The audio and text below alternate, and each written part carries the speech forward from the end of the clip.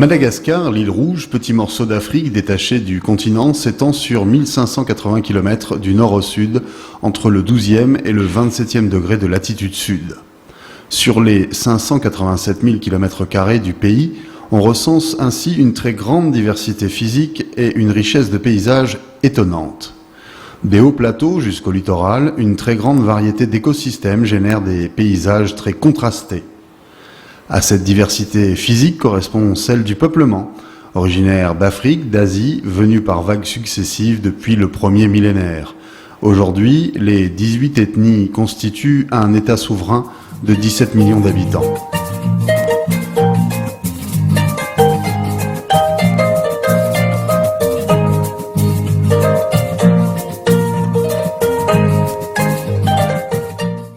Si auprès de la capitale, Antananarive, la densité est proche de 70 habitants au kilomètre carré, elle n'est plus que de 9 habitants au kilomètre carré sur certaines zones du littoral sud. 80% de la population malgache vit en zone rurale et la pyramide des âges accorde une très large place aux moins de 20 ans. Ces données relatives à la faible densité de la population et à sa jeunesse conditionnent fortement le développement social, notamment pour les problématiques de l'éducation et celles de la santé.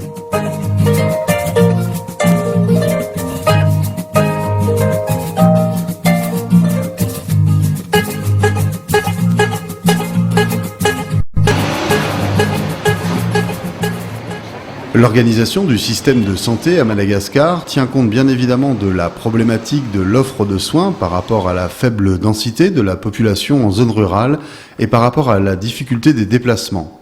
Sur le plan administratif, le système de santé comprend 3 niveaux. Le niveau central, celui du ministère de la Santé, du planning familial, qui définit la politique nationale de santé et les grands axes prioritaires. Le niveau régional, qui coordonne l'exécution de la politique nationale de santé et sa mise en œuvre au niveau de la région.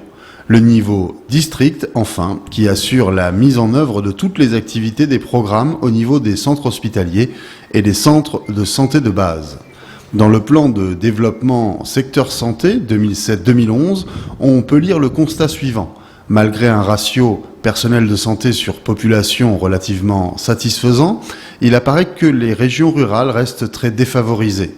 60% des paramédicaux travaillent en milieu rural alors que 72% des médecins travaillent en ville.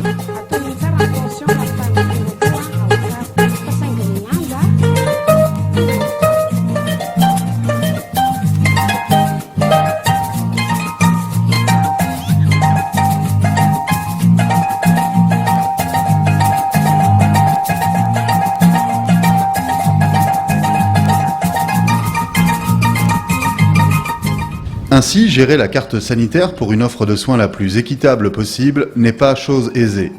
Pour relever ce défi, un partenariat original entre les services de l'État et les médecins généralistes communautaires permet d'offrir aux habitants des villages les plus isolés un accès à de véritables prestations médicales. C'est la mission que l'ONG Santé Sud anime avec rigueur, méthode et enthousiasme. 2 programmes ont été initiés par Santé Sud. Le premier, commencé en 2002, a permis d'installer une trentaine de médecins dans l'ancienne province d'Antananarive et de Tuléar.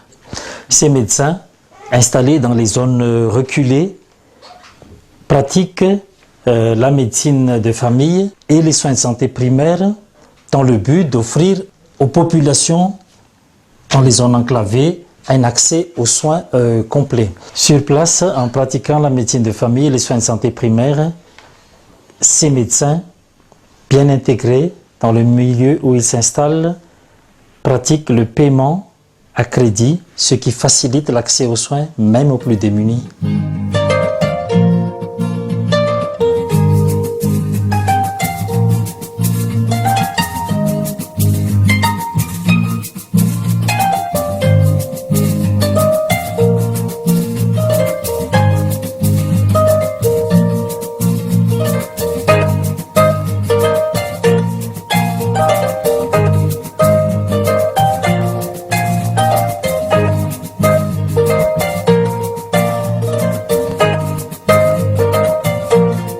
Pour accomplir la mission qu'elle s'est confiée, l'ONG Santé Sud procède très méthodologiquement.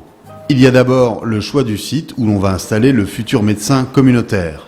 En fait, Ambourpout, c'est un des sites de Santé Sud. Ça a été choisi à une demande de la population, du président du Fouktan qui a fait la demande au médecin inspecteur.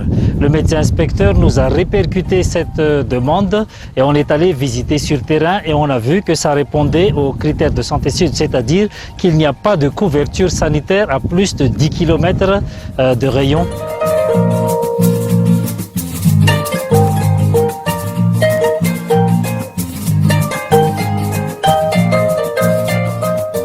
Ambourpout se trouve dans un lieu stratégique parce que c'est au milieu de deux formations sanitaires, c'est-à-dire le district sanitaire où il y a le centre hospitalier de district et le centre de santé de base qui est à peu près à 12 km.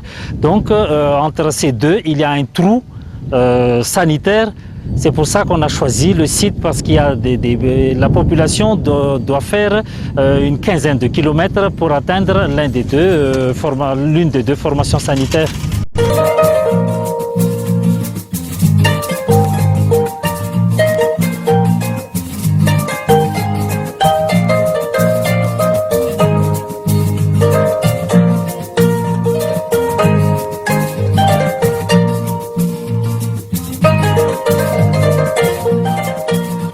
L'installation d'un médecin communautaire par Santé Sud relève, quel que soit le site, de la même approche. Il s'agit donc d'une occupation raisonnée du territoire. L'offre de soins sur le district est ainsi établie en concertation avec les populations concernées et les autorités sanitaires. Tout cela au profit notamment des patients pour lesquels le déplacement vers le centre de santé de base n'est pas aisé. Maintenant, nous allons voir une installation de médecins. C'est un jeune couple de médecins qui est installé à peu près à 60 km de Turumandide, là où il y a un CSB2 à une trentaine de kilomètres et un CSB1 à 5 km qui est tenu par un paramédical. Donc ce couple de médecins prend en charge environ 10 000 habitants étendus sur un secteur qui fait à peu près 25 km de rayon. Ils sont installés il y a 2 ans. Et le cabinet, les médecins pratiquent le paquet minimum d'activités qui comprend les activités curatives, c'est-à-dire il reçoit une quinzaine de consultations par jour et en même temps ils font une séance de vaccination 2 à 3 fois par semaine.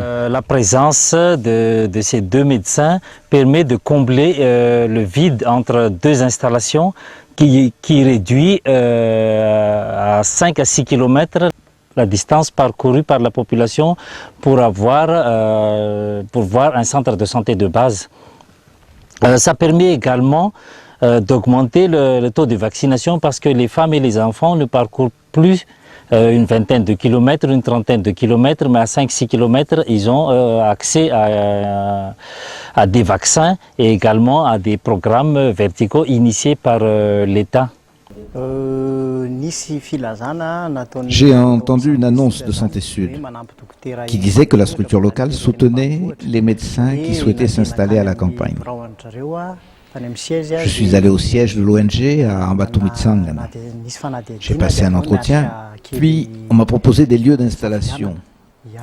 J'ai choisi de m'installer ici à Ntsakarive. Il faut reconnaître qu'il y a eu quelques petites difficultés au départ. Mais la détermination a permis de surmonter tout cela. Le fait d'avoir à travailler avec une conjointe médecin apporte un avantage considérable.